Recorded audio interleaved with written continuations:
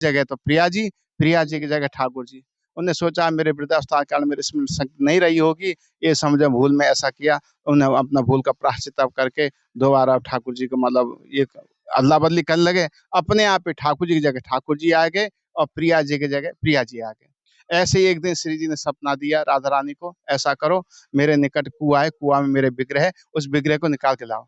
हरिवंश महाप्रभु छोटे छोटे बालक से खेल रहे थे, खेलते खेलते कुआं में कूद गए। हरिवंश कुआं में कूद गो, हरिवंश कुआं में कूदो। थोड़ी देर में विग्रह निकाल के लाया, विग्रह का नाम है नवरंग लाल। आज भी वो ठाकुर जी देवबन में विराजमान है और कुआं भी देवबन में। फिर हरिवंश महाप्रभु जी का यज्ञ संस्कार हुआ, हरिवंश महाप्रभु जी का फिर विवाह हुआ। विवाह होने के बाद में हरिवंश महाप्रभु जी बैराग गए, संसार सागर तो ऐसे ही है, चलो वृंदावन जाके भजन करना चाहिए। तो ये फिर से सपना दिया कि ऐसा तीर्थलगाम चले जाओ, आदमी ब्राह्मण है और उनके दो लड़के शादी करो और दहेज के रूप में विग्रह लाओ। जैसे वृंदावन में हम राधा लाल के दर्शन करते हैं, राधा लाल के पुजारी कौन थे? शंकर भगवान। शंकर भगवान उनकी सेवा करते थे और शंकर भगवान के जो प्राणों से वस्तु प्राण से प्यारी वस्तु कौन थी? राधव लाल। तो ये समझो कि आत्मदेव जब ब्राह्मण ने तपस्या किया, तपस्या करने के बाद में शंकर भगवान प्रकट हुए। प्रकट होने के बाद में वरदान मांगो, बोले आपके दर्शन हो गए, अब मुझे किसी चीज की इच्छा नहीं है। तो बोले कि मैं तो आया हूँ तो खाली नहीं जाऊंगा, तो ज्यादा करते हो तो आपके प्राणों से प्यारी वस्तु दे दो। तो उनके प्राणों से प्यारी वस्तु कौन थे? राधव लाल। तो राधव लाल आत्मदेव ब्राह्मण को दिए। आत्मदेव ब्राह्मण तीर्थला गांव ले आए, तीर्थला गांव में ले आकर के उनको विराजमान के सेवा करते रहे। सेवा करने के बाद में उनके पास दो लड़की थी, लड़का कोई नहीं था। उनको ही चिंता सताती, लड़की तो पराई घर चली जाएंगी, लड़का हमारे कोई नहीं है, ये इनको लाड़ कौन लड़ाएगा।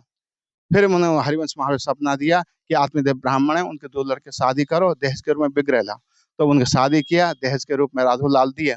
पहले वृंदावन ऐसा घनघोर जंगल था, कोई भी संत महात्मा भजन करने के लिए आता था, नरवा डाकू की ऐसी दहशत थी, उस मार्ग कोई संत टिकता नहीं था।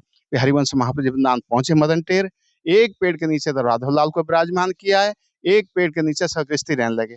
उनके 5 भोग, 7 आरती, अष्टयाम सेवा से ब्रजवासी बड़े प्रभावित हुए। ब्रजवासी बोले आप तो यहीं रह करके भजन करो, हमको बड़ा सुख बड़ा आनंद आ रहा।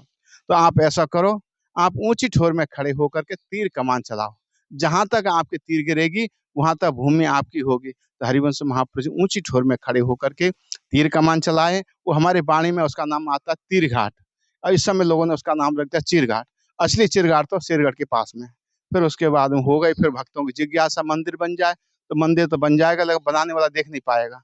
फिर एक राजघराने में सुंदर दास कायस्थ, उनने श्री जी से प्रार्थना करी लाल पत्थर का मंदिर बन जाए, राघव लाल स्वामी विराजमान हो जाए और साल भर का उत्सव का दर्शन करूं, मर जाऊं कोई चिंता नहीं। तो